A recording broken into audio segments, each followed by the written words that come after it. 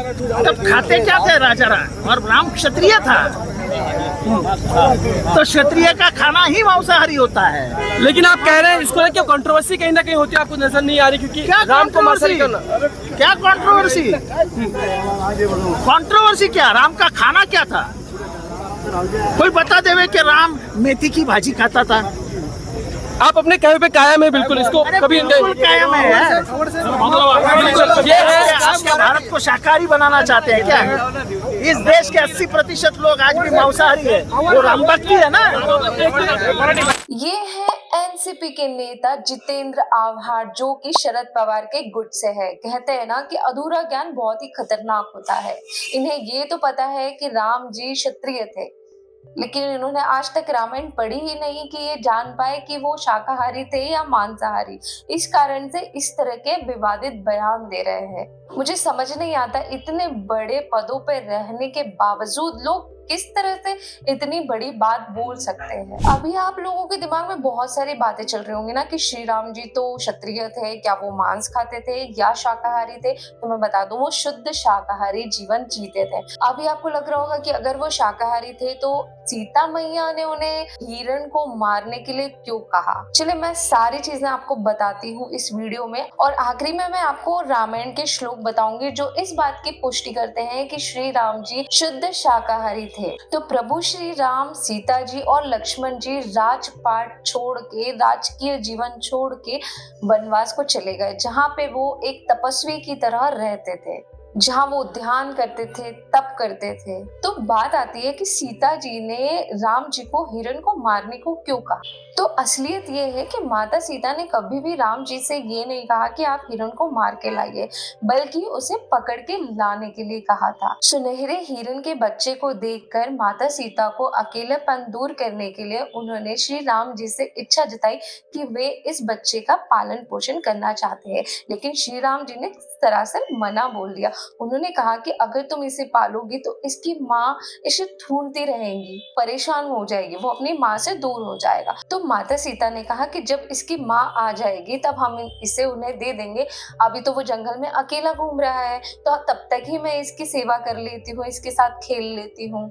ऐसे में हार के प्रभु श्री राम पहुंच गए हिरण को पकड़ने के लिए, ना कि मारने के लिए। जब प्रभु श्री राम उस हिरण को पकड़ने की कोशिश कर रहे थे तो वो कभी भागता हुआ दिखाई देता, कभी गायब हो जाता। तो वे अच्छी प्रकार से समझ गए थे कि ये कोई मायावी हिरण है। तभी उन्होंने तीर निकाला और उसका वध किया। पूरी रामायण में आपको ये कहीं भी पढ़ने को नहीं मिलेगा कि राम जी ने मांसाहार का सेवन किया, बल्कि हर जगह आपको यही पढ़ने को मिलेगा कि श्री राम जी ने वन में सीता जी और लक्ष्मण जी के द्वारा दिए गए कंदमूल खाए। चतुर्दश ही वर्षाणि वत्स्यामि विजयने वने मधुमूल फले जीवन हित्वा मुनिवद आमिषम।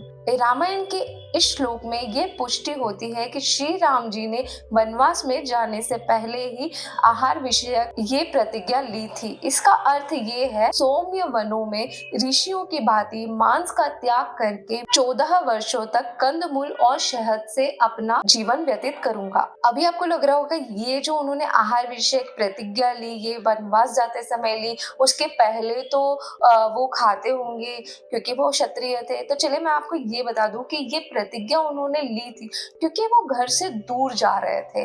घर से जब व्यक्ति दूर जाता है तो उसे, स्पेशली जब वन में, तो उन्हें खाने के लिए प्रॉपर चीजें नहीं मिलती है। तो उन्होंने इस प्रतिज्ञा के माध्यम से ये चीज बोली कि मैं यहाँ तो नहीं खाता था, लेकिन मैं वन में भी कितनी ही मजबूरी आ जाए, कोई शिकार करके अपना पेट नहीं भरूंगा, मैं सिर्फ कंदमूल और शहद से अपना जीवन यापन करूंगा। इस चीज का सिर्फ ये एक श्लोक ही नहीं है, मैं आपको और भी श्लोक बताती हूँ। सुंदरकांड में जब हनुमान जी अशोका वाटिका में सीता मैया से मिलते हैं, तब वो बताते हैं कि किस तरीके का राम जी जीवन यापन कर रहे हैं उनके बिना।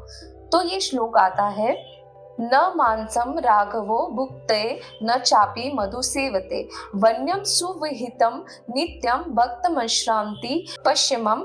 इसका अर्थ है, राम ने कभी भी मांस ग्रहण नहीं किया, मदिरा ग्रहण नहीं की।